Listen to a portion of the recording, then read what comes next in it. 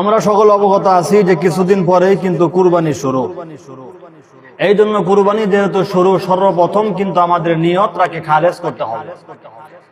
আমরা যদি বিশাল বড় গরু কুরবানি দিলাম, লক্ষ টাকা খরচ করলাম, কিন্তু আমাদের নিয়ত যদি সুন্দর না হয়, ওই কুরবানি আল্লাহ রাব্বুল আলামিনের কাছে কিন্তু কবুল হবে না, গ্রহণযোগ্য হবে না। এই জন্য সর্বপ্রথম হলো আমাদের নিয়তকে ঠিক করতে হবে। আর নিয়ত যদি সুন্দর হয়, আমরা একেবারে অল্প টাকা দা ছোট্ট একটা পানীয় পশু যদি আমরা কুরবানি দেই, নিয়ত ঠিক থাকার কারণে আল্লাহ রাব্বুল আলামিন এই কুরবানিকে কবুল করে আল্লাহ রাব্বুল আলামিন আমাদের জিন্দেগির সমস্ত গুনাহ ক্ষমা করে দিয়ে আল্লাহ রাব্বুল আলামিন আমাদেরকে জান্নাত দান করবে। জোরে কোন সুবহানাল্লাহ।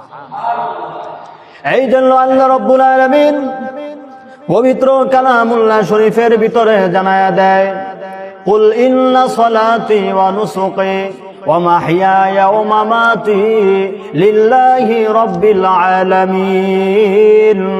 আল্লাহ রাব্বুল আলামিন বলেন, নবী গো আপনিও বলেন, কুল ইন্না সলাতি, নিশ্চয় আপনার নামাজ, ওয়া নুসুকি ওয়া মাহইয়ায়া, এবং আপনার কুরবানি এবং আপনার মরণ এবং জীবন, লিল্লাহি রাব্বিল আলামিন, একমাত্র কিন্তু আল্লাহর জন্য। এই জন্য ভাইরা আমার, আমাদের কুরবানি কিন্তু আল্লাহর জন্য হতে হবে, দুনিয়ার কোনো মানুষকে দেখানোর জন্য না, গোশত খাবো এই জন্য না, মানুষ আমাকে বাবা বলবে এই জন্য না, কুরবানি দিব কেবলমাত্র আল্লাহকে সন্তুষ্ট করার জন্য। আল্লাহর নবী, বিশ্ব নবী রাহমাতুল লিল আলামিন বলেন, কেউ যদি আল্লাহকে সন্তুষ্ট করার জন্য একটা জীব যদি কুরবানি দেয়, আল্লাহ নবী বলেন তার কুরবানি যদি কবুল হয়, মহান আল্লাহ রাব্বুল আলামিন এই কুরবানিকে উসিলা করে তার জিন্দেগির গুনাহ ক্ষমা করে মহান আল্লাহ রাব্বুল আলামিন তাকে জান্নাত দান করবে। বলেন সুবহানাল্লাহ। এই জন্য ভাইরা আমার, এই কুরবানির ইতিহাস কিন্তু আসছে আমাদের জাতির পিতা হযরত ইব্রাহিম আলাইহিস সালাতু ওয়াস সালামের কাছ থেকে।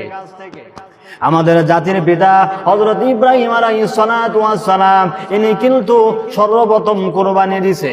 উনার সন্তান হযরত ইসমাঈল আলাইহিস সালাতু ওয়াস সালামকে আল্লাহর মহব্বতে, আল্লাহর ভালোবাসায় উনি উনার সন্তানকে কুরবানি দিয়েছে।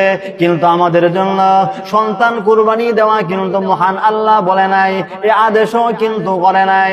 আল্লাহ রাব্বুল আলামিন সামান্য একটা পশু কুরবানি দিলে আল্লাহর নবী, বিশ্ব নবী রাহমাতুল লিল আলামিন বলেন, সন্তান আল্লাহর রাস্তায় কুরবানি দিলে যে পরিমাণ নাকি হয়তো একটা পশু যদি কোনো মানুষ আল্লাহকে সন্তুষ্ট করার জন্য কুরবানি দেয়, মহান আল্লাহ রাব্বুল আলামিন তাকে ওই পরিমাণ নাকি দান করে। সুবহানাল্লাহ।